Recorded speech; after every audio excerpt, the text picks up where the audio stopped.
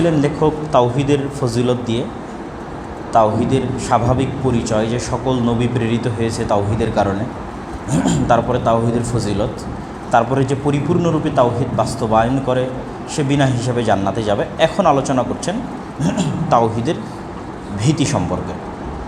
যে আয়াতটি উনি নিয়ে এসেছেন, আমরা জানি যে আমাদের সম্মানিত লেখক সরাসরি উনি কোনো ব্যাখ্যা বিশ্লেষণে যান না, বরং আয়াত এবং হাদিস পেশ করেন, যা এখন পর্যন্ত আমরা দেখে আসছি।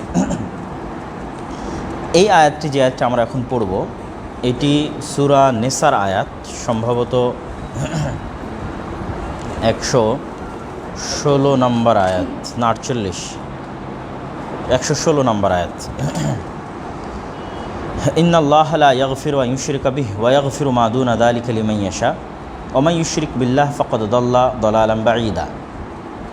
আমরা সবসময় দেখেছি এর আগেও যে আমরা যে জায়গা থেকে আয়াতটা পাঠ করি ওই জায়গার আগে পরের কিছু আয়াত এই আয়াতের সাথে সম্পৃক্ত থাকে, যেটা তুলে ধরলে এই আয়াতের অবস্থাটা আরও বেশি স্পষ্ট এবং পরিষ্কার হয়ে ওঠে। তো এই আয়াতে আল্লাহ সুবহানাহু ওয়া তাআলা বলছেন, ইন্নাল্লাহা, নিশ্চয় আল্লাহ, লা ইয়াগফিরু আন ইউশরিকা বিহি, ক্ষমা করবেন না যে ব্যক্তি আল্লাহর সাথে শিরক করবে তাকে, ওয়া ইয়াগফিরু মা দুনা যালিকা লিমান ইয়াশা, আর এটি বাদে আর যা আছে সব কিছু আল্লাহ সুবহানাহু ওয়া তাআলা ক্ষমা করে দিবেন। ওয়া মান ইউশরিক বিল্লাহ, আর যে ব্যক্তি আল্লাহর সাথে কাউকে শরিক করলো, ফাকাদ দাল্লা দালালান বাঈদা, সে ব্যক্তি স্পষ্ট পথভ্রষ্টতায় নিমজ্জিত হলো। তারপরে আল্লাহ সুবহানাহু ওয়া তাআলা বলছেন, ইয়াদউনা মিন দুনিহি ইল্লা ইনাসা ওয়া ইয়াদউনা ইল্লা শাইতানাম মারিদা, তারা যদি আল্লাহ সুবহানাহু তাআলাকে ব্যতীত অন্য কাউকে ডাকে তাহলে আসলে তারা মূলত শয়তানকে ডাকে। লাআনাহুল্লাহ ওয়া ক্বালা লা আত্তাখিযান্না মিন ইবাদিকা নাসীবাম মাফরুদা, আর আল্লাহ সুবহানাহু তাআলার লানত এই শয়তানের উপরে, কেননা এই শয়তান ওয়াদাবদ্ধ যে সে আদম সন্তানকে জাহান্নামে নিয়ে যাবে। কি মর্মে ওয়াদাবদ্ধ? ওয়ালা উদিল্লান্নাহুম ওয়ালা উমান্নিয়ান্নাহুম ওয়ালা আমুরান্নাহুম ফালা ইউবাত্তিকুন্না আযানাল আনআমি ওয়ালা আমুরান্নাহুম ফালা ইউগাইয়িরুন্না খালকাল্লাহ ওয়া মান ইয়াত্তাখিযিশ শাইতানা ওয়ালিয়্যাম মিন দুনিল্লাহি ফাকাদ খাসিরা খুসরানাম মুবিনা। শয়তান এই মর্মে ওয়াদা করেছে যে আমি অবশ্যই আদম সন্তানকে পথভ্রষ্ট করব, আমি আদম সন্তানকে তার আল্লাহর সৃষ্টিতে বিকৃতি আনার জন্য উৎসাহিত করব, আর যে ব্যক্তি শয়তানকে তার বন্ধু হিসেবে গ্রহণ করলো সে ব্যক্তি অবশ্যই স্পষ্ট ক্ষতির মধ্যে নিমজ্জিত হলো। আর শয়তান তোমাদেরকে বিভিন্ন কিছুর ওয়াদা দেয়, বিভিন্ন কিছুর আশা দেয়, তবে শয়তান তোমাদেরকে যা আশা এবং যা ওয়াদা দেয় তার সবই ধোঁকা। উলাইকা মাওয়াহুম জাহান্নাম, আর তাদের থাকার জায়গা হচ্ছে জাহান্নাম। তো এই ধারাবাহিক আলোচনার সারমর্ম হচ্ছে, শিরক করতে উৎসাহিত কে করে? শয়তান করে।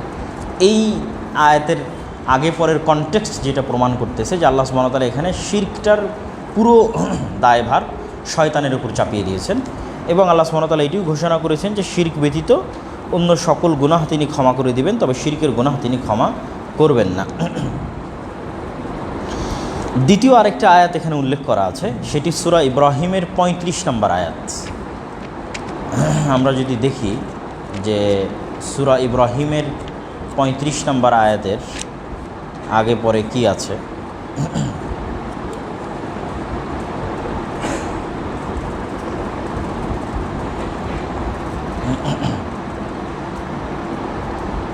মূলত এই আয়াতে যে দোয়াটা ইব্রাহিম আলাইহিস সালাতু ওয়াস সালাম করেছেন সেই দোয়াটা এই আয়াতে তুলে ধরা আছে, যে ইব্রাহিম আলাইহিস সালাতু ওয়াস সালাম এই আয়াতে আল্লাহ সুবহানাহু ওয়া তাআলার কাছে দোয়া করতেছেন যেন ইব্রাহিম আলাইহিস সালাতু ওয়াস সালামের পরবর্তী বংশধর তারা যেন শিরকের মধ্যে নিমজ্জিত না হয়। এটা হচ্ছে মূল দোয়া ইব্রাহিম আলাইহিস সালাতু ওয়াস সালামের।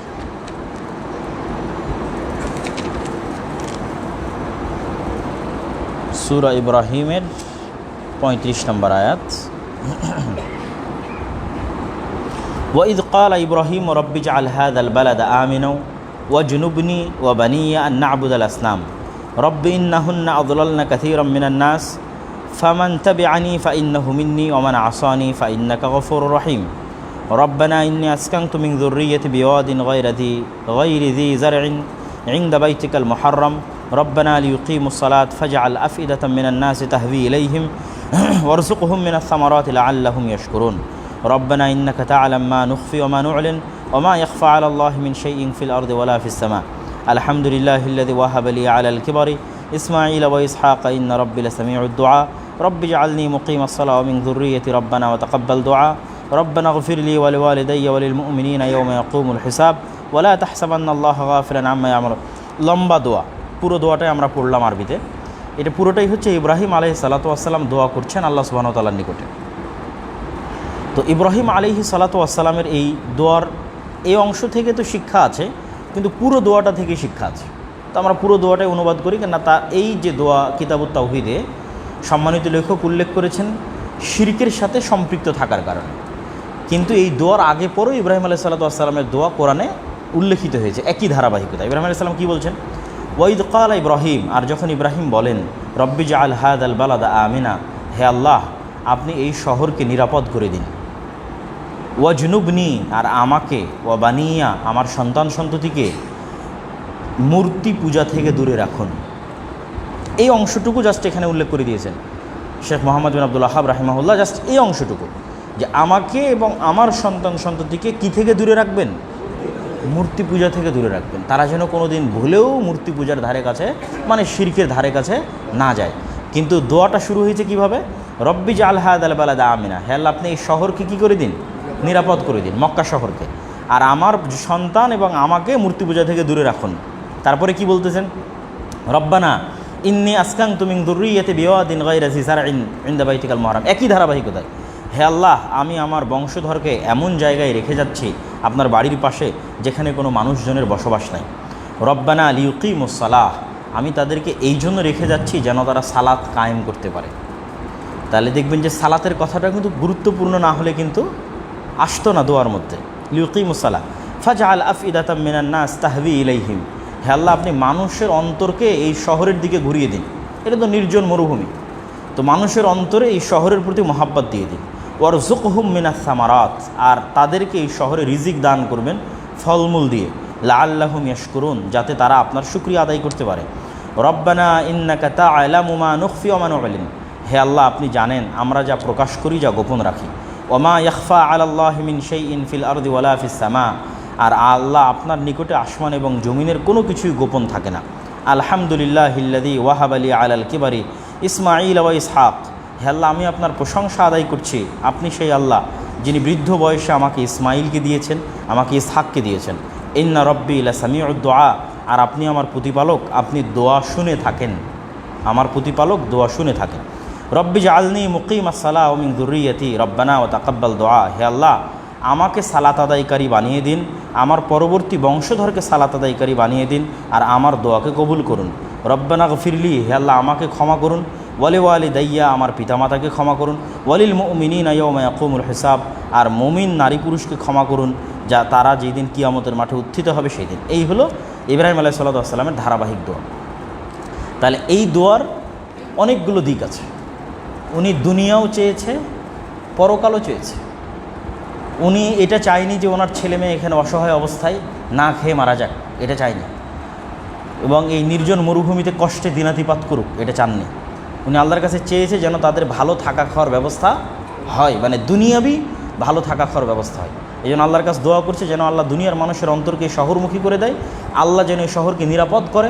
মানে যুদ্ধ বিগ্রহ হলে তো নিরাপদ থাকবে না, জানমালের নিরাপত্তা যদি না থাকে, এই শহরকে যেন আল্লাহ নিরাপদ করে দেয়, যেন জানমালের নিরাপত্তা থাকে, মানুষকে এই শহরের মুখোমুখি করে দেয়, মানুষ যেন এই শহরে আসে তাহলে বসবাস হবে, আর আল্লাহ যেন এই শহরে তাদের রিজিকের ব্যবস্থা করে দেয় ফলমূলের মাধ্যমে। মানে দুনিয়াবি যা যা প্রয়োজন তার সন্তান সবই চেয়েছে। তাহলে দুনিয়াকে কিন্তু ইগনোর করার সুযোগ নাই, যে আপনি ঘরে বসে শুধু তাসবিহ টিপবেন বা সালাত আদায় করবেন, ছেলে মেয়ের জন্য আয় রুটি উপার্জন করবেন না, এটা কিন্তু নয়। দ্বিতীয়ত তিনি কি চেয়েছেন দেখেন, তার ছেলে মেয়ে যেন পথভ্রষ্ট না হয়, এই জন্য দুটো বিষয়ের উপর ফোকাস দেওয়া আছে। এক শিরক, আর দুই সালাত। আর সালাতের কথা দুইবার বলা আছে। একবার আল্লাহকে বলছেন যে আমি তাদেরকে এখানে রেখে যাচ্ছি যেন তারা সালাত আদায় করে, সালাত প্রতিষ্ঠিত করে এই শহরে। আর আরেকবার আল্লাহকে বলছে আল্লাহ আমি যেন সালাত আদায়কারী হই, আর আমার পরবর্তী বংশধরেরা যেন কি হয়, সালাত আদায়কারী হয় কিয়ামত পর্যন্ত। তাহলে ইব্রাহিম আলাইহিস সালাতু ওয়াস সালামের মতো একজন নবী, তিনি তার এই গুরুত্বপূর্ণ একটা দোয়ায় আল্লাহ সুবহানাহু ওয়া তাআলার কাছে শিরক থেকে বাঁচতে চেয়েছেন, সালাত আদায়কারী হতে চেয়েছেন। তাহলে বোঝা গেল যে সবচেয়ে গুরুত্বপূর্ণ দুটো জিনিস যদি আমরা গুরুত্ব দিই, একটা হচ্ছে শিরক মুক্ত থাকা, আর একটা হচ্ছে সালাত আদায়কারী হওয়া।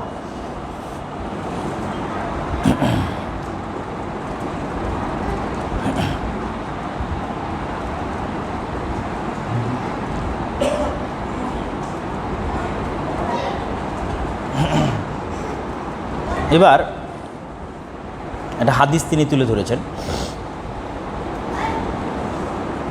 তিনি বলেন যে আমি রাসূলুল্লাহ সাল্লাল্লাহু আলাইহি ওয়াসাল্লাম বলেন যে আমি তোমাদের উপর সবচেয়ে যে জিনিসটার বেশি ভয় পাই সেই জিনিসটা হচ্ছে শিরকের ভয় পাই। রাসূলুল্লাহ সাল্লাল্লাহু আলাইহি ওয়াসাল্লাম তার উম্মতের উপর সবচেয়ে যে জিনিসটা বেশি ভয় পান সেটি হচ্ছে শিরক। অন্য আর একটা রিওয়ায়েতে আছে যে আশিরকুল আসগর, ছোট শিরকের সবচেয়ে বেশি ভয় পান, যে ছোট শিরকে তার উম্মত লিপ্ত হবে। কেন ছোট শিরকের বেশি ভয় পান? এই জন্য যে ছোট ছোট শিরকগুলোই মানুষকে বড় বড় শিরকের দিকে ধাবিত করে।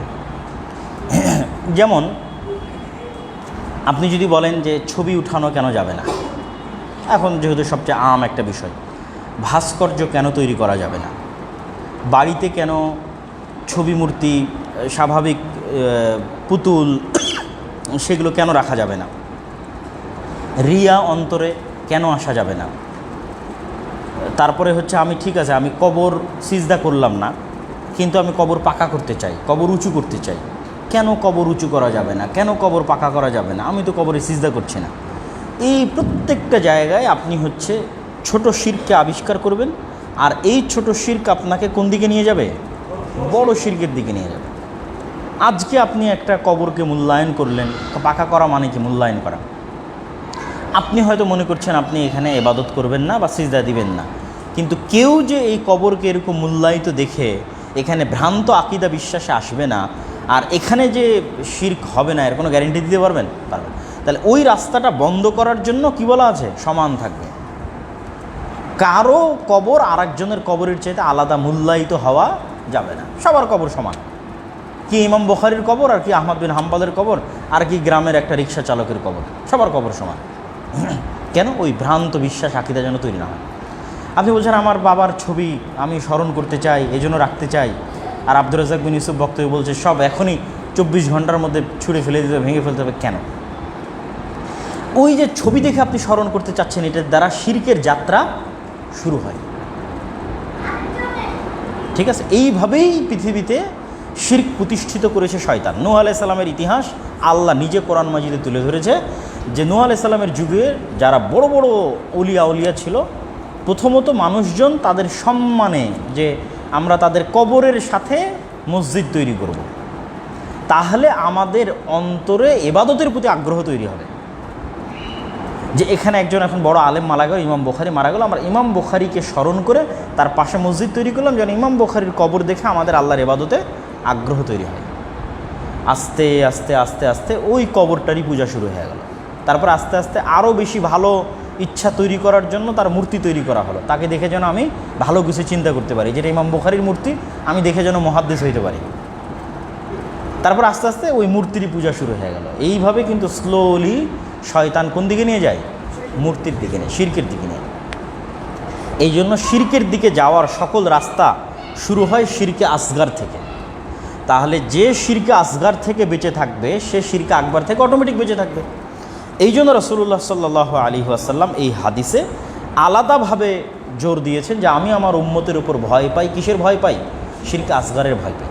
তো শিরকে আসগার মানে শুধু রিয়া এমনটা না, এগুলো প্রত্যেকটা শিরকে আসগার। আপনি স্বাভাবিক সম্মান ছাড়াই একটা ছবি মূর্তিকে ঝুলিয়ে রেখেছেন, এটা শিরকে আসগার, এটা আপনাকে শিরকে আকবরের দিকে নিয়ে যাবে। এরকম প্রত্যেক যেই জিনিসটা শিরকে আকবরের দিকে নিয়ে যাবে সেগুলো শিরকে আসগারের অন্তর্ভুক্ত। রিয়া কেন শিরকে আসগারের অন্তর্ভুক্ত? আসলে শিরকের বিপরীতটা কি? তাওহীদ। আর বারবার তো আপনার আগের দার্সগুলোতে শুনেছেন যে তাওহীদ হচ্ছে তাহকিক হতে হবে, মানে অন্তরে বিশ্বাস সহ তাওহীদ থাকতে হবে। তাহলে অন্তরে পূর্ণ বিশ্বাস সহ যদি তাওহীদ থাকে, সেই মানুষটা কার সন্তুষ্টির জন্য ইবাদত করবে? আল্লাহর সন্তুষ্টির জন্য ইবাদত করবে। সে কি আর কারোকে দেখানোর জন্য ইবাদত করতে পারে? কখনই করতে পারে না। তাহলে যে ব্যক্তি আর কাউকে দেখানোর জন্য ইবাদত করতেছে তার অন্তরে কি পূর্ণ তাওহীদ আছে? তার অন্তরে কিন্তু পূর্ণ তাওহীদ নাই। আমি ফেসবুকে একটা ছবি দিব, এই জন্য আমি আজকে কোথাও গেছি, গ্রামের মানুষজন আমাকে ভালো বলবে, যেমন এমপি মন্ত্রীরা তাহাজ্জুদ গুজার এমপি মন্ত্রী ছিল। তো তাহাজ্জুদ গুজার এমপি মন্ত্রী ছিল, আবার প্রশ্ন ফাঁসকারী দানবীর ছিল। তাহলে তারা অবশ্যই আমরা স্বাভাবিকভাবেই ধরে নিচ্ছি যে লোক দেখানো। তাহলে তার অন্তরে পূর্ণাঙ্গ তাওহীদ নাই দেখেই তো সে মানুষকে দেখাতে চাইছে এবং মানুষকে দেখানোর জন্য আমল করেছে। তাহলে যেহেতু তার অন্তরে পূর্ণাঙ্গ তাওহীদ নাই, তার মানে তার শিরকের দিকে যাওয়ার সম্ভাবনা কি অনেক বেশি। এখানে এটা শিরকে আসগার। আব্দুল্লাহ বিন মাসউদ রাদিয়াল্লাহু তাআলা আনহু থেকে বর্ণিত তারপরের হাদিস, আন্না রাসূলুল্লাহ সাল্লাল্লাহু আলাইহি ওয়াসাল্লাম ক্বালা মান মাতা ওয়া হুয়া ইয়াদউ লিল্লাহি নিদ্দান দাখালান নার। যে ব্যক্তি মৃত্যুবরণ করল কিন্তু সে আল্লাহ সুবহানাহু তাআলার সাথে অন্য কাউকে আহ্বান করেছে, দাখালান নার, সে জাহান্নামে প্রবেশ করবে। রাওয়াহুল বুখারী, হাদিসটি ইমাম বুখারী। আল্লাহ ব্যতীত অন্য কাউকে আহ্বান করেছে মানে বিপদে পড়ে আল্লাহ ব্যতীত অন্য কোনো কিছুর আশ্রয় গ্রহণ করেছে। মানুষ যখন চরম বিপদ মুহূর্তে থাকে তখন কারো না কারো কাছে আশ্রয় গ্রহণ করে, অনেক সময় অদৃশ্য শক্তির আশ্রয় গ্রহণ করে। ইয়া আলী মাদাদ, এমনকি অলিয়া আউলিয়া, হুজুর, পীর, বুজুর্গ, তাদের সাহায্য নিয়েও কিন্তু বাঁচতে চায়। তো এই সমস্ত মানুষের অন্তর পাপে পূর্ণ থাকে, তারা ভীত সন্ত্রস্ত থাকে। আর এই সমস্ত পাপে পূর্ণ হৃদয় ভীত সন্ত্রস্ত মানুষকে যে কোনো মুহূর্তে সহজ রাস্তা দেখিয়ে কবজা করা সহজ। আমি আপনাদেরকে এখন ভয় দেখালাম যে আপনারা সব পাপিষ্ট পাপাচারী, আপনাদের জান্নাতে যাওয়ার রাস্তা নাই, আর আমি বাহ্যিকভাবে দেখাচ্ছি আমি খুব আল্লাহওয়ালা, আল্লাহ ভীরু, আমার মুরিদ হলে বা আমার এইটা হলে আপনাদেরও জান্নাত যাওয়া কী হয়ে যাবে, সহজ হয়ে যাবে। আর এই ধরনের পাপিষ্ট ভীত সন্ত্রস্ত মানুষের টেন্ডেন্সি থাকে শর্টকাট, কেননা সে তার পাপ থেকে বের হতে চায় না, আবার জান্নাতও হারাতে চায় না। পাপ থেকে বের হতে চায় না, আবার জাহান্নামেও যেতে চায় না। ধরেন কথার কথা যদি শাহরুখ খানের উদাহরণ দেই, তাহলে শাহরুখ খানের কী দরকার? তার মুভি সিনেমা কন্টিনিউ থাকাও দরকার, আবার জান্নাতে যাওয়াও দরকার। তাহলে এই রাস্তাটা তাকে দিবে কে? এই রাস্তাটা তাকে যে দিবে তার কাছে চলে যাবে। তাহলে কোথায় চলে যাবে? আজমির শরীফে চলে যাবে, খাজা মঈনুদ্দিন চিশতি রাহিমাহুল্লাহর কবরে চলে যাবে। একটা চাদর দিয়ে দিলেই তার জন্য জান্নাতের সার্টিফিকেট হয়ে গেল। তাহলে এই সমস্ত পাপিষ্ট পাপাচারী ভীত সন্ত্রস্ত মানুষকে ভয় দেখিয়ে আল্লাহ ব্যতীত অন্য কারো কাছে সাহায্য প্রার্থনা করানো কি হয়? সহজ হয়। তাদের কথাই আল্লাহ রাসূলুল্লাহ সাল্লাল্লাহু আলাইহি ওয়াসাল্লাম বলতেছে যে যারা আল্লাহ সুবহানাহু তাআলা ব্যতীত অন্য কারো কাছে বিপদে পড়ে আশ্রয় গ্রহণ করবে, দাখালান নার, তারা জাহান্নামে প্রবেশ করবে। আর আপনারা অবশ্যই জানেন যে আমরা আগের হাদিসগুলোতে পরিষ্কার করেছি যে যে ব্যক্তি মুশরিক অবস্থায় মারা যাবে, শিরকে আকবার, সে চিরস্থায়ী জাহান্নামে। শিরকের গুনাহ ক্ষমা হবে কোথায় বলেন তো? দুনিয়াতে। শিরকের গুনাহ ক্ষমা হবে না। ওই যে একটা আয়াত আমরা তেলাওয়াত করলাম যে আল্লাহ শিরকের গুনাহ ক্ষমা করবেন না, তার মানে কি আমরা দুনিয়াতে শিরকের গুনাহ করলে দুনিয়াতে শিরকের গুনাহ ক্ষমা হবে না? এটা কিন্তু না, এটা বুঝিয়েন না। দুনিয়াতে সকল পাপের ক্ষমা আছে। যতক্ষণ মানুষের শ্বাস আছে ততক্ষণ সকল পাপের ক্ষমা আছে, শিরকেরও ক্ষমা আছে, শিরকে আকবরের ক্ষমা আছে। সব বড় বড় সাহাবীরা তো মূর্তি পূজক থেকে ইসলাম গ্রহণ করেছে, মুশরিক থেকেই মুসলিম হয়েছে। তো তাদের অতীতের গুনাহ ক্ষমা হয়েছে না? ক্ষমা হয়েছে। এখনও যদি কেউ একজন হিন্দু থেকে ইসলামে আসে তো শিরক থেকে ইসলামে আসতো না? তাই আর এক মুসলমান যে হয়তো কবরের সাথে যুক্ত, মূর্তির সাথে যুক্ত, তো সে শিরক করেছে বলে তার অপরাধ ক্ষমা হবে না? দুনিয়াতে ক্ষমা চাইলে সব গুনাহ ক্ষমা হবে। ক্ষমা হবে না কোথায়? কেন এভাবে বলা হচ্ছে যে আল্লাহ শিরক ব্যতীত অন্য সব গুনাহ ক্ষমা করবেন? তার অর্থ হচ্ছে, আমি এর আগেও পরিষ্কার করেছি, আজকেও পরিষ্কার করতেছি, যে মৃত্যুর পর পরকালে আপনার এমনও গুনাহ আল্লাহ ক্ষমা করে দিবে যেই গুনাহের জন্য আপনি ক্ষমা চানইনি। আবারও বুঝুন, এমনও গুনাহ আল্লাহ ক্ষমা করে দিবে যার জন্য দুনিয়াতে আপনি ক্ষমাই চান, তওবাই করেন, ওই গুনাহের খাতায় শিরক পড়বে না। শিরকের ক্ষমা চাইতে হলে দুনিয়াতেই ক্ষমা চাই আসতে হবে। তাহলে আল্লাহ কোরআনে যে বলছে যে আল্লাহ শিরকের গুনাহ ক্ষমা করবেন না, বাকি সকল অপরাধ ক্ষমা করতে পারেন, তো শিরকের গুনাহ ক্ষমা করবেন না মানে আপনি দুনিয়াতে ক্ষমা চেয়ে নিয়ে যাননি, তাই পরকালে ক্ষমা করবেন না। অন্য সকল গুনাহ ক্ষমা করতে পারেন মানে এমনও অনেক গুনাহ আপনি দুনিয়াতে করেছেন যে আপনি নিজেও ভুলে গেছেন। আল্লাহর কাছে কখন ক্ষমা চাইবেন আপনার মনেই নাই। 70-80 বছরের জীবন, 15-20 বছর বয়সে কোথায় কি অপরাধ করেছেন আপনার তো মনে নাই, ভুলে গেছেন আপনি। ওটা ক্ষমাও চাননি, তওবাও করেননি, কিন্তু আপনার কোনো না কোনো একটা আমলে খুশি হয়ে আল্লাহ কিয়ামতের মাঠে এমনি ক্ষমা করে দিতে পারে। তো সেই দৃষ্টিকোণ থেকে আমরা বলতেছিলাম, এখানে আরেকটা বিষয় পরিষ্কার করার ছিল, যে এখন শিরক মুক্ত অবস্থায় মারা গেল, তার অন্য পাপের শাস্তির জন্য তাকে জাহান্নামে যাওয়া লাগতে পারে। সে প্রথম ধাক্কাতেই জান্নাতে যেতে পারবে না। প্রথম ধাক্কায় জান্নাতে যাওয়ার জন্য অবশ্যই শিরক মুক্তের পাশাপাশি আমলও লাগবে, মানে অন্যান্য আমল লাগবে। তার 1 নম্বরে সালাত আসবে, আরও অন্যান্য আমল লাগবে, তাহলে আপনি প্রথম ধাক্কাতেই জান্নাতে যেতে পারবেন। আর তারও উপরের আর একটা স্তর কি, আপনার হিসাবই হবে না, বিনা হিসাবে জান্নাতে যাবে। সেটার স্তর আমরা গতকাল পড়েছি, যে যারা তাওহীদের সর্বোচ্চ স্তরে থাকে তারা জান্নাতে যাবে কিসে? বিনা হিসাবে। এবং যারা তাওহীদের সর্বোচ্চ স্তরে থাকে তারা মানুষকে এটাও বলে না যে আপনি একটু আমার বাচ্চাকে ফু দিয়ে দেন, আপনি একটু এই পানিটাতে ফু দিয়ে দেন। এটা জায়েজ, মানুষ চাইতে পারে আরেকজনের কাছে পানি ফু দিয়ে, ঠিক আছে। আমরাও ছোটোবেলায় আমাদের বাবা মা আমাদের ফু দিয়ে দিত বা আমরা চাইতাম, আমি আমার আম্মাকে বলে যে আম্মা একটু ফু দিয়ে দেন।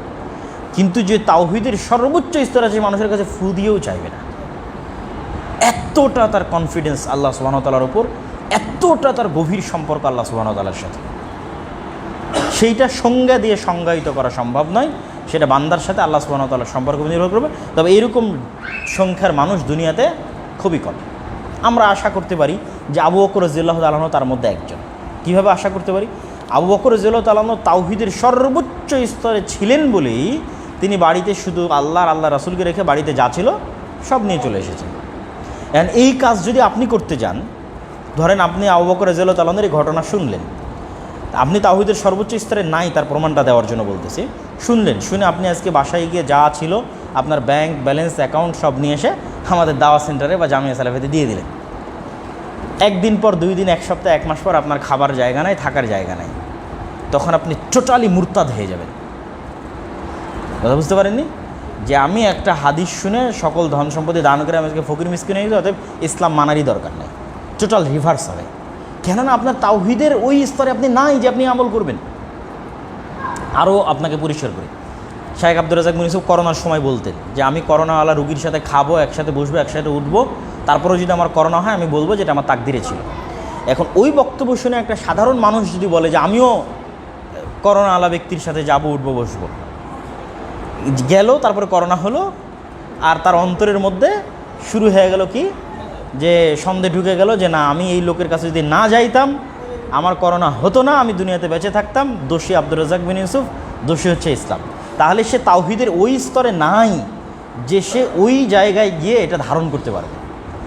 এইটা যে তাওহীদের সর্বোচ্চ স্তরে আছে সে পারবে। আবু বকর রাদিয়াল্লাহু তাআলা ওই সর্বোচ্চ স্তরে ছিল। এরকম দুনিয়াতে এরকম মানুষের সংখ্যা খুবই কম, যারা ইব্রাহিম আলাইহিস সালাতু ওয়াস সালামের মতো তাওহীদের স্তরে থাকবে। তারা হচ্ছে কিভাবে জান্নাতে যাবে? বিনা হিসাবে জান্নাতে যাবে। তাওহীদের সর্বোচ্চ স্তরে থাকা মানুষেরা বিনা হিসাবে জান্নাতে যাবে। যারা তাওহীদের তার চেয়ে পরের স্তরে আছে, শিরক মুক্ত অবস্থায় মারা গেছে, আমল আছে, তারা প্রথম ধাক্কাতেই জান্নাতে যাবে, কিন্তু হিসাবের পরে। যারা শিরক মুক্ত অবস্থায় মারা গেছে কিন্তু আমলে ত্রুটি আছে, তাদের কবরেও শাস্তি হতে পারে, জাহান্নামেও শাস্তি হতে পারে, কিন্তু শিরক মুক্ত মারা যাওয়ার কারণে, তাওহীদ থাকার কারণে, নবীর শাফাআতে হোক, আল্লাহর দয়ায় হোক, কোনো না কোনো একদিন সে জাহান্নাম থেকে মুক্তি পাবে। তারপরের হাদিস, আন জাবির রাদিয়াল্লাহু তাআলা আনহু আন্না রাসূলুল্লাহ সাল্লাল্লাহু আলাইহি ওয়াসাল্লাম قال মান লাকিয়াল্লাহ, একই অর্থবোধক হাদিস, ওয়া হুয়া লা ইউশরিক বিহি শাইআন দাখালাল জান্নাহ ওয়া মান লাকিয়াহু ইউশরিক বিহি শাইআন দাখালান নার। ইমাম মুসলিম এই হাদিসটা নিয়ে এসেছেন। রাসূলুল্লাহ সাল্লাল্লাহু আলাইহি ওয়াসাল্লাম বলেন যে ব্যক্তি আল্লাহ সুবহানাহু তাআলার সাথে সাক্ষাৎ করবে এমতো অবস্থায় যে লা ইউশরিক বিহি শাইআ, সে আল্লাহ সুবহানাহু তাআলার সাথে কাউকে শরিক করেনি, দাখালাল জান্নাহ, সে জান্নাতে প্রবেশ করবে।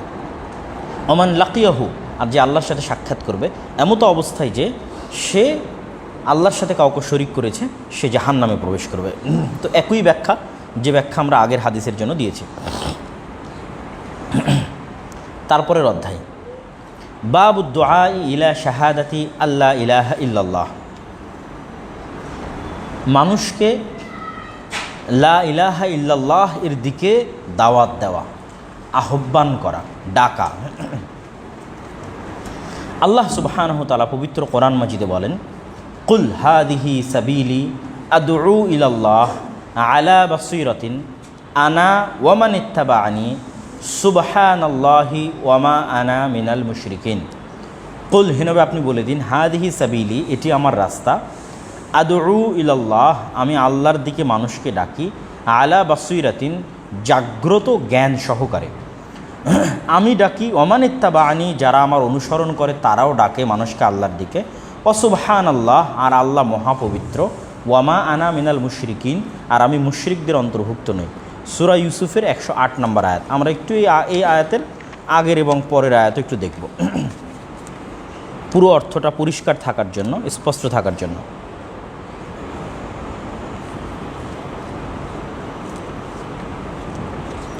একশো 8।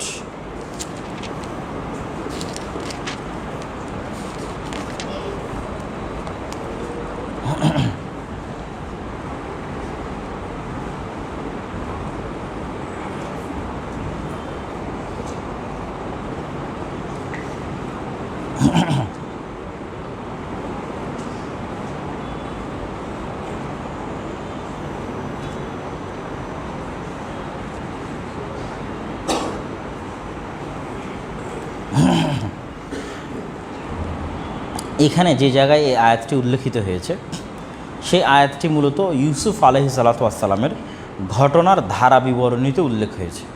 ইউসুফ আলাইহিস সালাতু ওয়াস সালামের যে সূরা, সেই সূরাতে ইউসুফ আলাইহিস সালাতু ওয়াস সালামের যে ধারাবাহিক ঘটনা আছে, সেই ধারাবাহিক ঘটনার এক পর্যায়ে আল্লাহ সুবহানাহু ওয়া তাআলা বলছেন, ওয়া কাআইয়্যিম মিন আয়াতিন ফিস সামাওয়াতি ওয়াল আরদি ইয়ামুররুনা আলাইহা ওয়া হুম আনহা মু'রিদুন। আসমান এবং জমিনে আল্লাহর এমন কত নিয়ামত আছে যে নিয়ামতগুলোর পাশ দিয়ে মানুষ অতিক্রম করে, দেখেও, কিন্তু সেগুলো থেকে তারা মুখ ফিরিয়ে নেয়। ওমা ইউমিনু আকসারুহুম বিল্লাহ ইল্লা ওয়া হুম মুশরিকুন, তাদের অধিকাংশই আল্লাহ সুবহানাহু ওয়া তাআলার প্রতি ঈমান আনয়ন করার পরেও মুশরিক। আফা আমিনু আন তা'তিয়াহুম গাশিয়াতুম মিন আযাবিল্লাহ আও তা'তিয়াহুমুস সাআতু বাগদাতান ওয়া হুম লা ইয়াশউরুন, তারা কি নিরাপদ মনে করছে নিজেদেরকে যে আল্লাহর পক্ষ থেকে তাদের উপরে কোনো আযাব আসবে না? তারা কি নিরাপদ মনে করছে নিজেদেরকে যে এখনই হঠাৎ করে কিয়ামত সংঘটিত হয়ে যাবে না? ওয়া হুম লা ইয়াশউরুন, এমত অবস্থায় যে তারা বুঝতেও পারবে না কিয়ামত সংঘটিত হয়ে গেছে। কুল হাদিহি সাবিলি আদউ ইলাল্লাহি আলা বাসীরাতিন আনা ওয়া মান ইত্তাবাআনি ওয়া মা আরসালনা মিন ক্বাবলিকা ইল্লা রিজালান নূহি ইলাইহিম মিন আহলিল কুরা আফালাম ইয়াসিরু ফিল আরদি ফায়ানজুরু কাইফা কানা আকিবাতুল লাযিনা মিন ক্বাবলিহিম ওয়া লাদারুল আখিরাতু খায়রুল লাযিনা তাকাউ আফালা তাআকিলুন। আমি আপনার পূর্বেও অসংখ্য নবী এবং রাসূল প্রেরণ করেছি, মানুষ কেন সফর করে না এবং দেখে না যে আল্লাহ সুবহানাহু তাআলাকে যারা অস্বীকার করেছিল তাদের পরিণতি কি হয়েছিল। তো এই ধারাবাহিকতায় এই আয়াতটি উল্লেখ হয়েছে। হয়তো ইউসুফ আলাইহিস সালাতু ওয়াস সালামের যে দাওয়াতের পদ্ধতি, সেই দাওয়াতি পদ্ধতি এবং উনি যে তাওহীদের দাওয়াত দিয়েছেন এবং উনি যে তাওহীদের দাওয়াত দিয়েছেন সেই তাওহীদের দাওয়াতের প্রেক্ষিতে আল্লাহ সুবহানাহু ওয়া তাআলা এটি এখানে তুলে ধরেছেন। তো আমরা এই আয়াতের একটু সংক্ষিপ্ত ব্যাখ্যা করি। আয়াতের প্রেক্ষাপটটা দেখলাম। আয়াতের সংক্ষিপ্ত ব্যাখ্যা যদি আমরা করি, যে মানুষকে ডাকবে ইলাল্লাহ, আল্লাহর দিকে, তথা আমি মানুষকে নির্দিষ্ট কোনো মতবাদ, তন্ত্র মন্ত্র, গণতন্ত্র, রাজতন্ত্র বা আর অন্য কোনো কিছু, কোনো দল, সংগঠন, নির্দিষ্ট কোনো কিছুর দিকে মানুষকে আহ্বান করা যাবে না। মানুষকে আহ্বান করতে হবে সরাসরি কার দিকে? আল্লাহর দিকে। ডাকি আল্লাহর দিকে। কী অবস্থায় আহ্বান করতে হবে? আলা বাসীরাতিন, জাগ্রত জ্ঞান সহকারে। জাগ্রত জ্ঞান বলতে কি বুঝতে পারি আমরা? অন্য আর আয়াতে আল্লাহ সুবহানাহু ওয়া তাআলা বলেছেন, ওয়াজাদিলহুম বিল্লাতী হিয়া আহসান, আপনি তাদের সাথে উত্তমভাবে তর্ক বিতর্ক করুন, হিকমার মাধ্যমে আর উত্তম উপদেশের মাধ্যমে। তো এই হিকমাতটাই মূলত জাগ্রত জ্ঞান। অনেকেই আবার হিকমত শব্দটাকে কিন্তু ইসলামের কম্প্রোমাইজ করার ক্ষেত্রে ব্যবহার করে। এটা সেই অর্থে না। এটা কি অর্থে আমি আরেকটু উদাহরণ দিয়ে আপনাদেরকে তুলে ধরি যে কী অর্থে। একটা ছোট্ট ঘটনা যা আমি নিজে গতকালকে আপনাদের এখানে শিখেছি, আপনারা যারা এখানে উপস্থিত হয়েছিলেন গতকালকে তারাও শিখেছেন, যারা উপস্থিত হননি বা ছিলেনও তারপরও সামারি হিসেবে শুনে রাখেন। অন্তত ওই জায়গার থেকে আমরা এটা তুলে ধরতে পারি যে বাসিরা মানে কি, জাগ্রত জ্ঞান সহকারে মানে কি, হেকমা মানে কি, উত্তম উপদেশ মানে কি। সেটি হচ্ছে গতকালকে আমরা এখানে যে আলোচনাটা শুনেছি যে একদা রাসূলুল্লাহ সাল্লাল্লাহু আলাইহি, আমি একদম সামারি বলে দিচ্ছি, সেখান থেকে আমরা হিকমা এবং বাসিরাটা জানতে পারব যে একদা রাসূলুল্লাহ সাল্লাল্লাহু আলাইহি ওয়াসাল্লাম সাহাবীদেরকে নিয়ে একটা যুদ্ধের সফরে বের হয়েছে। সকালবেলা ঘুম থেকে কেউ উঠতে পারেননি। সবার আগে আবু বকর উঠেছেন, তিনি আল্লাহর নবীকে ডাকার সাহস করেননি। ওমর রাদিয়াল্লাহু তাআলা উঠেছেন, তিনি আল্লাহ নবীকে ডেকেছেন।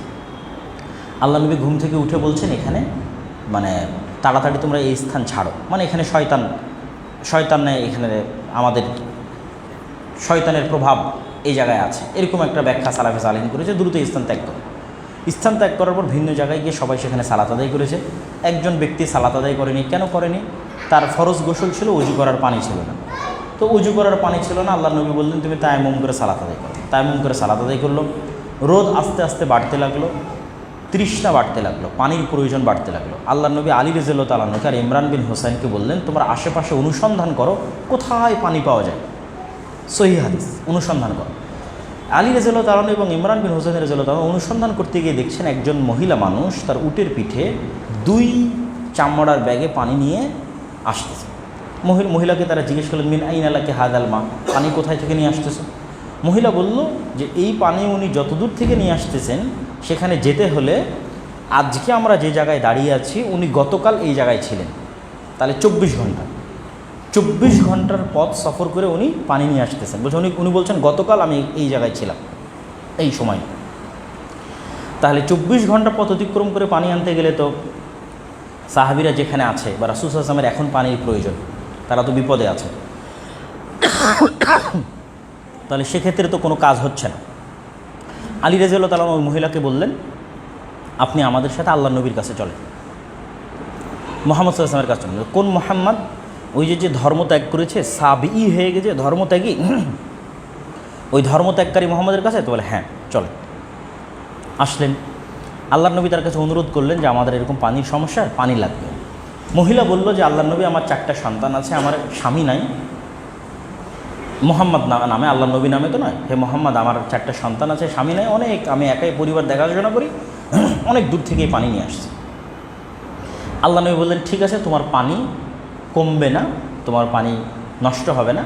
ওখান থেকে একটু পানির হালকা উঠিয়ে সেখানে আল্লাহ নবী কিছু পরে ফু দিয়ে পুনরায় সেই পানির সাথে মিশিয়ে সাহাবীদেরকে বললেন তোমরা এখান থেকে ওযু করো, তোমাদের উটকে পানি পান করাও, যা প্রয়োজন করো।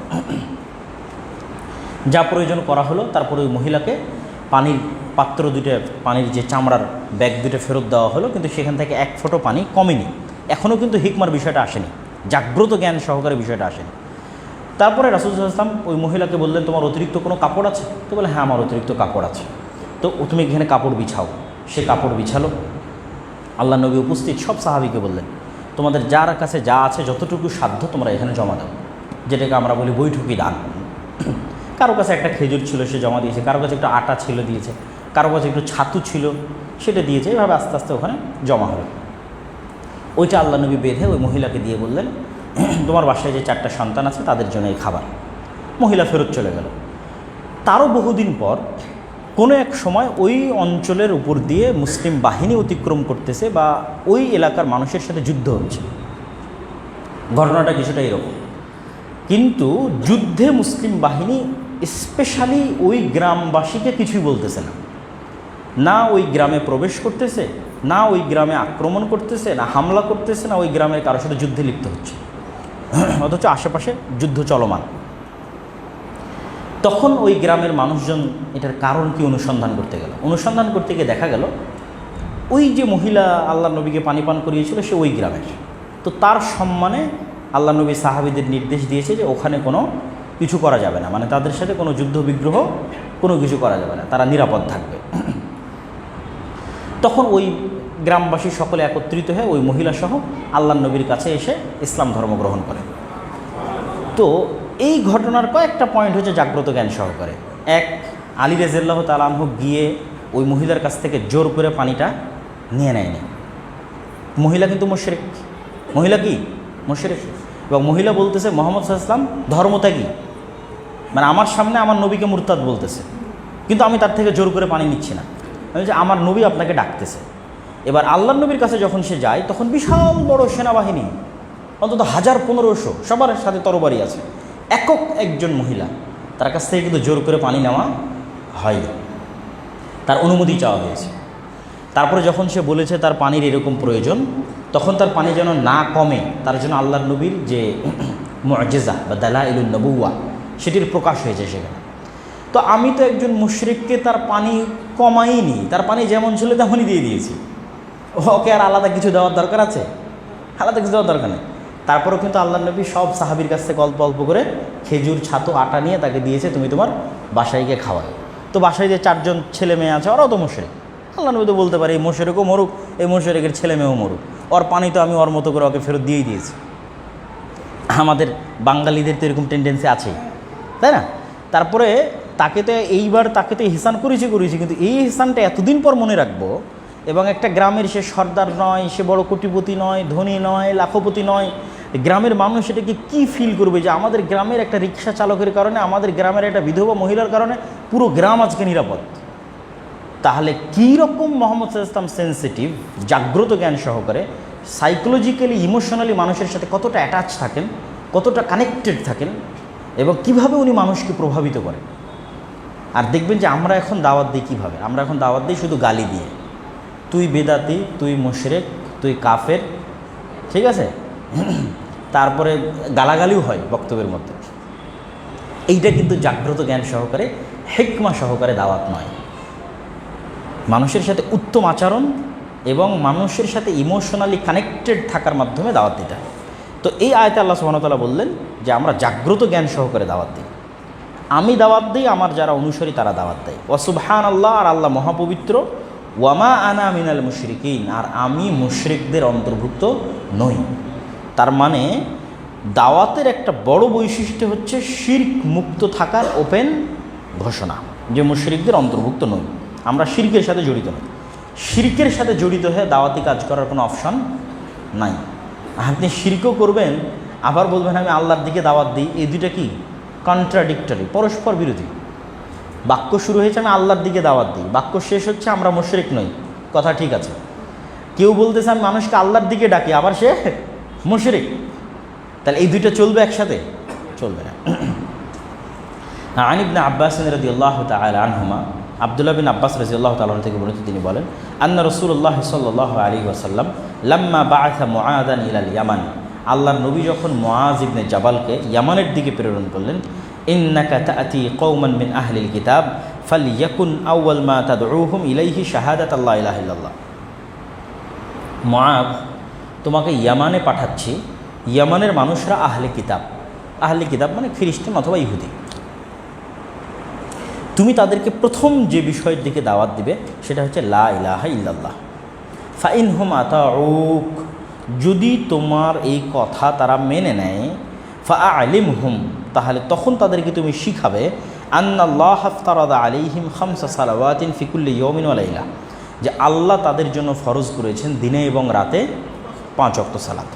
ফাইনহুম আতাউক, যদি 5 ওয়াক্ত সালাতও তারা মেনে নেয়, ফাআলিমহুম আন্নাল্লাহ আফতারাদা আলাইহিম সাদাকাতান তুখাযু মিন আগনিয়াইহিম ফাতুরাদ্দু আলা ফুকারাইহিম, তাহলে তাদেরকে জানাবে যে আল্লাহ তাদের উপর ফরজ করেছেন তাদের ধন সম্পদের উপর যাকাত, যা তাদের ধনীদের থেকে নেওয়া হবে, গরিবদের মধ্যে বন্টন করা হবে।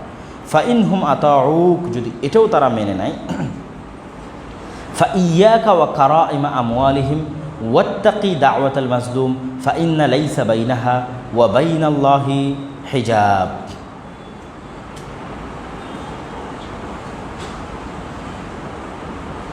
এই পরের অংশটা খুবই গুরুত্বপূর্ণ। এই পরের অংশে রাসূলুল্লাহ সাল্লাল্লাহু আলাইহি ওয়াসাল্লাম তাকে বলতেছেন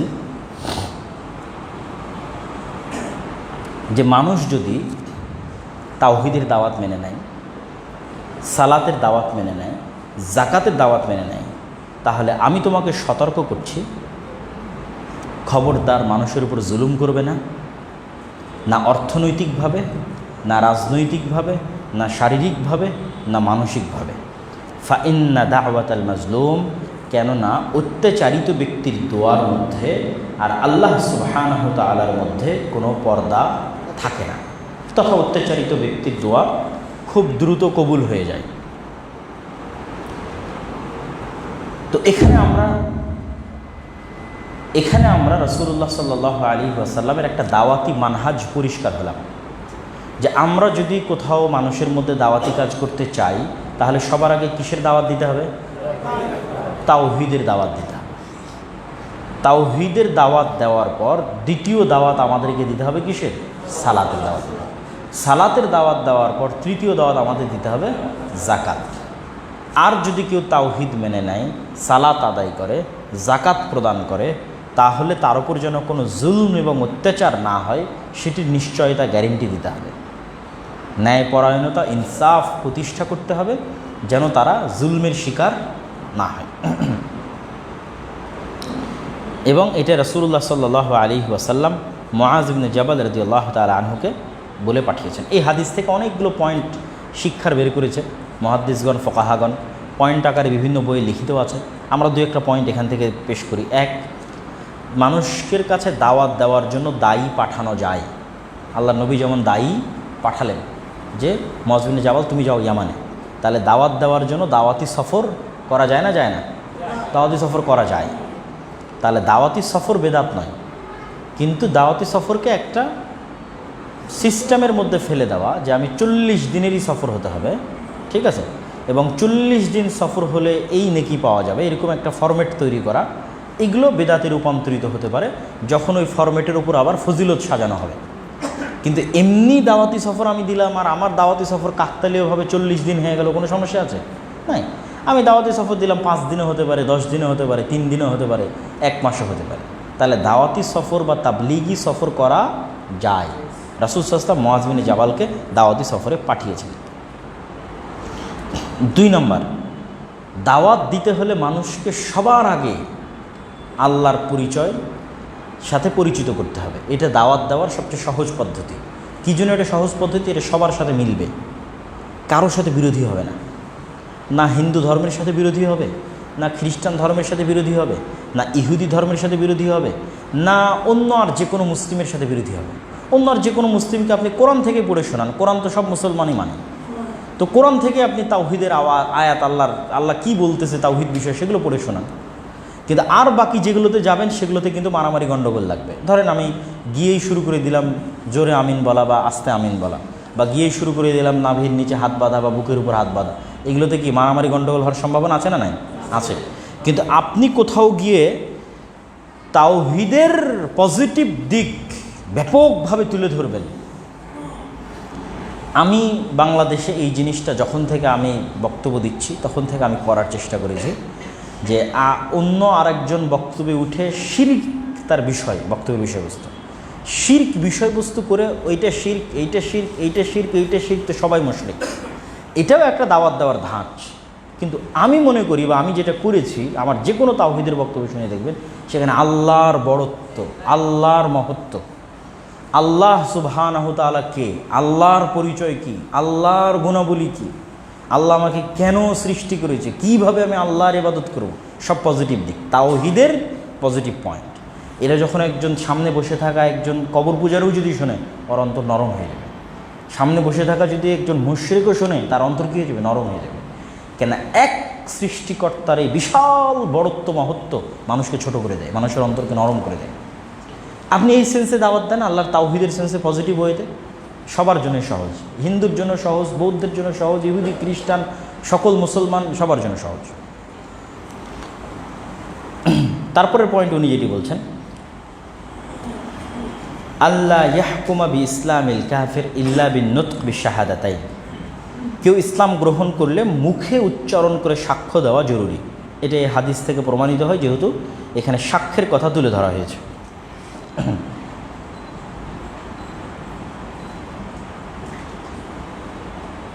রাসূলুল্লাহ সাল্লাল্লাহু আলাইহি সাল্লাম দাওয়াত দিতে গিয়ে ওই অঞ্চলের অবস্থার বিষয়ে সাহাবীকে সতর্ক করেছে। কি সতর্ক করেছে? যে তারা সবাই আহলে কিতাব, অতএব তুমি তাদের বলেছে কিন্তু যে তুমি যেখানে যাচ্ছ সেখানে সবাই কি আহলে কিতাব। তার এখান থেকে আরেকটা জিনিস শিক্ষণীয় আছে, ব্যাখ্যাকারেরা লিখেছে যে আপনি যেই অঞ্চলে দাওয়াত দিতে যাচ্ছেন সেই অঞ্চল সম্পর্কে আপনার স্টাডি থাকা দরকার।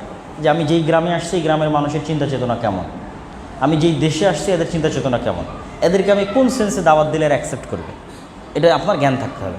যেমন আল্লাহ নবী তাকে জ্ঞান দিচ্ছে যে তুমি যেখানে যাচ্ছ তাদের ওখানে অধিকাংশ মানুষ কি আহলে কিতাব, মানে আল্লাহ নবীর কাছে পাস্ট স্টাডি আছে যে মানে কীভাবে দাওয়াত দিতে হবে।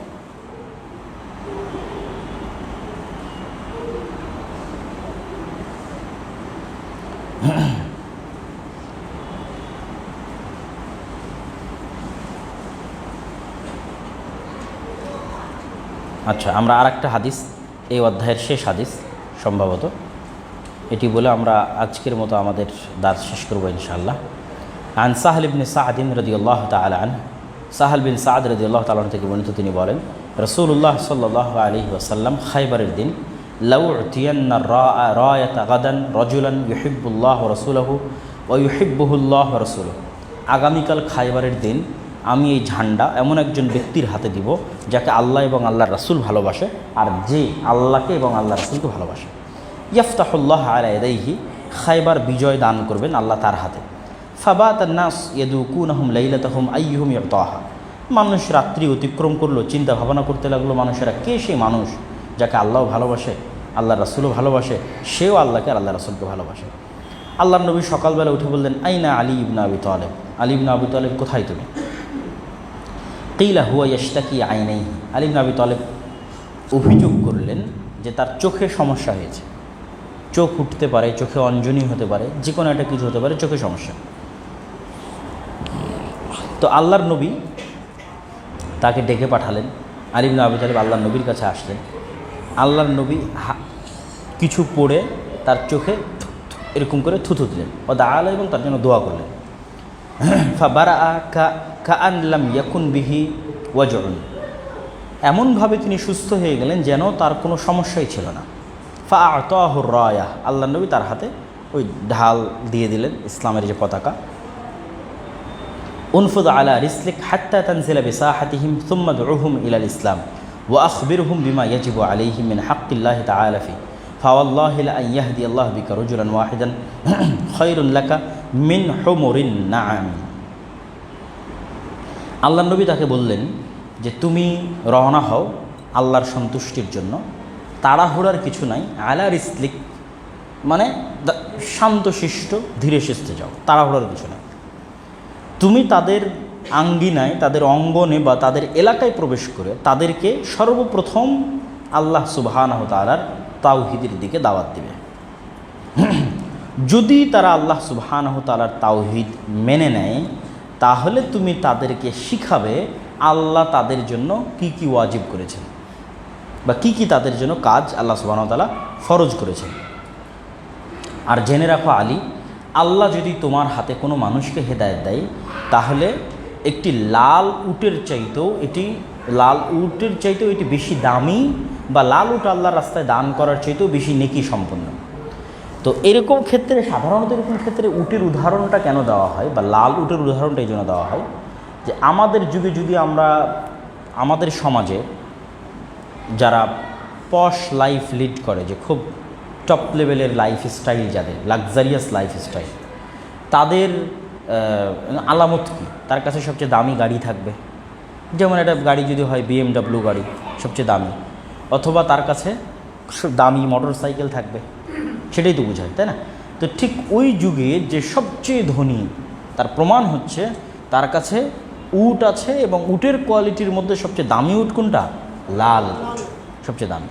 তাহলে গাড়ির কোয়ালিটির মধ্যে যেমন সবচেয়ে দামি, তাহলে আপনি আজকের যুগে যদি বুঝতে চান এই বিষয়টা, তাহলে টপ লেভেলের একটা দামি গাড়িকে এই জায়গায় তুলনা করতে হবে। যে তুমি একজন মানুষকে হেদায়েত করবে, এটা এর চেয়ে ভালো যে তুমি ওই দামি গাড়ির মালিক হবে। মানে তুমি বিএমডাব্লিউর মালিক হবে, এর চাইতে এটা বেশি উত্তম যে তোমার হাতে আল্লাহ কাউকে হেদায়েত দিবে। এই সেন্সে রাসূলুল্লাহ সাল্লাল্লাহু আলাইহি সাল্লাম আলী রাদিয়াল্লাহু তাআলাকে বললেন যে একটা লাল উটের চাইতে উত্তম কাজ হচ্ছে তোমার হাতে আল্লাহ কাউকে হেদায়েত দান করবে। তো এই হাদিস থেকে লেখকের মূল অংশ কোনটা? ওই যে আলী রাদিয়াল্লাহু তাআলাকে বলা হলো যে খায়বারে গিয়ে লোকজনকে কিসের দাওয়াত দিবে? হাক্কুল্লাহ, আল্লাহর হক বান্দার উপরে কি? হাদিসের ইবারত হচ্ছে এটা, যে আল্লাহর হক বান্দার উপরে কি সেটার দাওয়াত দেবে। তো আমরা তো আগেই জানি, আগের ঘটনাগুলোতে, আগের দার্সগুলোতে জানি যে আল্লাহর হক বান্দার উপরে কি? একমাত্র তাওহীদ, যে শিরক মুক্ত থাকবে, তাওহীদে বিশ্বাস করবে, এটিই আল্লাহর একমাত্র হক বান্দার উপরে। আর এবার যদি কেউ তাওহীদ থাকে এবং শিরক মুক্ত থাকে, তাহলে বান্দার হক আল্লাহর উপরে কি? যে তাকে জান্নাতে দেবে। তো এই হাদিসেও সেই বিষয়টি তুলে ধরা হয়েছে যে আলী রাদিয়াল্লাহু তাআলা আনহুকে বলা হচ্ছে যে তিনি এইভাবে দাওয়াত দেবেন। এই হাদিস থেকে শিক্ষণীয় বিষয় কি, এটা বলে আমরা দুই একটা প্রশ্ন উত্তরে চলে যাব এবং আজকের মতো দার্স শেষ করব। এক নম্বর উপকারী বিষয় আলী রাদিয়াল্লাহু তাআলা আনহুর ফজিলত, যে আলী রাদিয়াল্লাহু তাআলা আনহু যে অন্যতম একজন শ্রেষ্ঠ সাহাবী, তা এই হাদিস কিন্তু তার একটা প্রমাণ।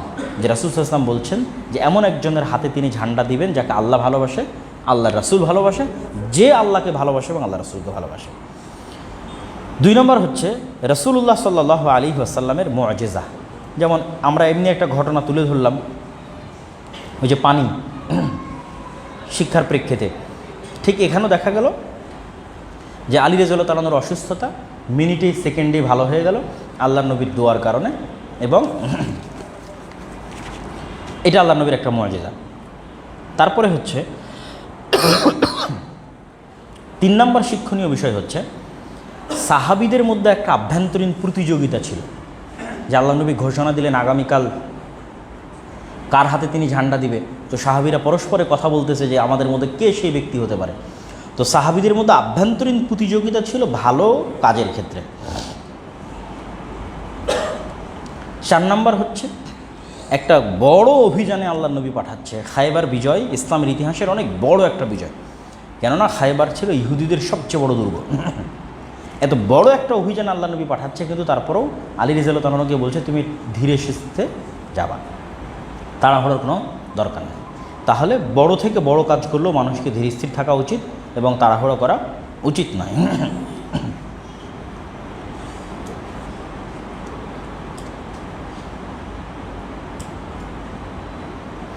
আরেকটা বিষয় আগের হাদিস থেকেও শিক্ষা, এই হাদিস থেকেও শিক্ষা, যে মানুষকে দাওয়াত দিতে হয় ধারাবাহিকভাবে, একবারে এক ধাক্কায় নয়। প্রথমে শুধু তাওহীদে দাওয়াত দিতে হবে, ওইটা মানলে তখন সালাতেরটা বলে যায়, সেইটা মানলে তখন জাকাতেরটা বলে যায়। তো আগের হাদিসেও একই জিনিস দেখা গেল, পরের হাদিসেও একই জিনিস দেখা গেল। তাহলে এখান থেকে আরেকটা জিনিস শিক্ষা হলো কি, দাওয়াত দিতে হয় ধারাবাহিক।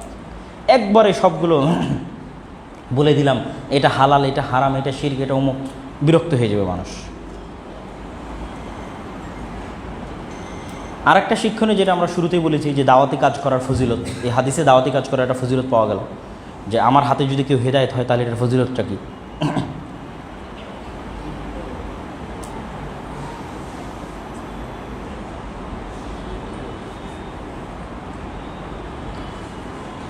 এই ছিল আজকে আমাদের মোটামুটি দার্স। তাহলে আমরা দুটো দার্স আজকে শেষ করলাম। একটা দার্স শেষ করলাম শিরককে ভয় পেতে হবে, আর আরেকটা হচ্ছে মানুষকে তাওহীদের দিকে দাওয়াত দিতে হবে। এই বলে আমরা আমাদের আজকে দার্স শেষ করছি। আপনাদের যদি কোনো প্রশ্ন থাকে, এবং মা এবং বোনদের ওই সাইডে কি কোনো মাইক দেওয়া আছে ভাই? ওই সাইডে একটা মাইক দিয়ে রাখেন, আমরা আগে ভাইদের প্রশ্নগুলো নিই, তারপরে বোনদের দিয়ে একটা প্রশ্ন নেব। আমাদের সময় অনেক স্বল্প। দার্স সংশ্লিষ্ট, দার্সের বাইরের প্রশ্ন থাকলে আর একটু পরে নিব। জি হ্যাঁ বলা যাবে, একটু সালাতের পর দিয়ে দিচ্ছি, দার্স শেষে দিয়ে দিচ্ছি। জি তারপরে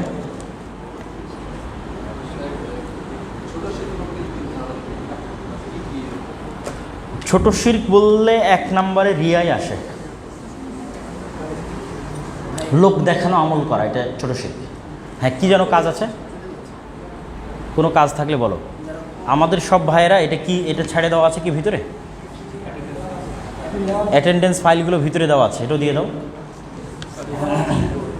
সবাই সবার নামের পাশে নাম্বারটা দেখে নেবে যে কত নাম্বার। আর যারা ফর্ম পূরণ করেনি তারা কিন্তু ফর্ম নিয়ে আর যারা এখনও ফর্ম পূরণ করেননি মাসিক এই দার্সে সাপ্তাহিক দার্সে উপস্থিত হন, তারা ফর্মগুলো পূরণ করে। আচ্ছা, আর কোনো প্রশ্ন? জি।